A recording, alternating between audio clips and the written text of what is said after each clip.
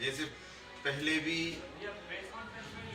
Engineering college के भ्रष्टाचारों को open किया, उसी कड़ी में आज जहां ऊपर लेवल पर योजनाएं बनती हैं गांव तक पहुंचने के लिए, आदिवासी क्षेत्रों तक पहुंचने के लिए, ये आदिवासी क्षेत्र के बालक पढ़े लिखे हों, शिक्षित हों, उनके लिए छात्रावास की व्यवस्थाएं, भोजन की व्यवस्थाएं, उनके रहन सहन, सारी चीज़ों को व्यवस्थित किया जाए। लेकिन वो योजनाएं ऊपर बनती हैं लेकिन जमीन पे आने के पहले सिमट कर खत्म हो जाती हैं। इसके बड़े घोटाले का आप अंदाजा इन बातों से लगा सकते हैं। पूरे मध्य प्रदेश में 2,30,000 छात्रों के लिए छात्रावास की स्थापना है और 4,113 छात्रावास है पूरे मध्य प्रदेश में। 4,113 छात्रावास में 3,000 करोड़ रुपए का प्रतिवर्ष बजट बनता है।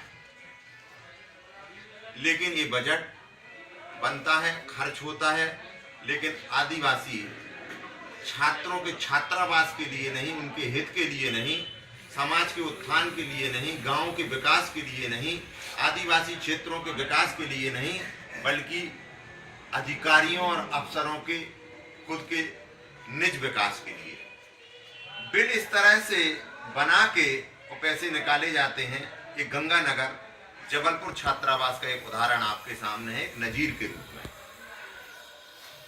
200 किलो आटा लिया, ये आटा 12 रुपए के भाव से लिया, कैसे 12 का 22 बन जाता है और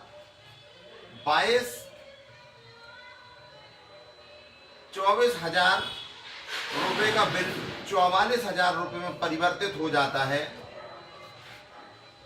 और किस तरह से आधी रकम अपनी जेब में और आधी रकम छात्रावास छात्राओं के हक से छीनकर अपने घर के विकास में लगा ली जाती है।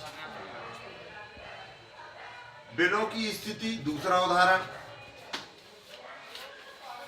कोई भी सरकारी संस्था द्वारा यदि बिल लिए जाते हैं तो उसकी वैधानिकता सबसे पहले महत्वपूर्ण है और जरूरी है। लेकिन उन बिलों की वैधानिकता पर न विचार किया जाता है और न देखा जाता है।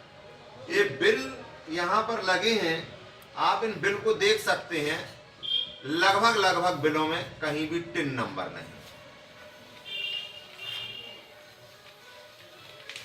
बिना टिन नंबर के बिलों से खरीदी कर ली जाती है और बजट में बिलों की खानापूर्ति से पैसा निकाल लिया जाता है।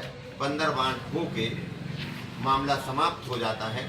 छात्रावास में छात्र छात्राओं के हक को छीन लिया जाता है और व्यक्तियों का विकास हो जाता है, अधिकारियों का विकास हो जाता है। लेकिन आदिवासी क्षेत्र आज भी अविकसित हैं, अशिक्षित हैं और पीछे हैं। उनके नाम पर ये अपने घर भर रहे हैं, अपना विकास कर रहे हैं। निवेदन हमारा अखिल भारतीय छात्र संगठन समूची समाज से, मीडिया से यही अपेक्षा रखता है कि जिनके जो हक हैं, हमारी भारतीय संस्कृति की पहचान इसी बात की है कि हम सब अपने अपने अधिकारों और उत्तरदायित्वों के तहत एक दूसरे का सहयोग करें और नियत पूर्वक, अच्छी नियत से, ईमानदारी से अपने कार्यों का संपादित करें। हमारा किन्हीं अधिकारियों से, किसी प्रशासन से, किसी व्यक्ति से व्यक्तिगत विद्वेष नहीं है, लेकिन हमारा अपने देश से प्रेम है, अपने राष्ट्र से प्रेम है, हमारा राष्ट्र के प्रति प्रेम है, राष्ट्रभक्ति है, अपनी उन गरीब जनता के प्रति प्रेम है जो आज पैसे के अभाव में खा नहीं पा रहे हैं, अपने जीवन यापन को नहीं कर पा रहे हैं, शिक्षित नहीं हो पा रहे हैं और शिक्षित न होने के कारण अपने जीवन का विकास नहीं कर पा रहे।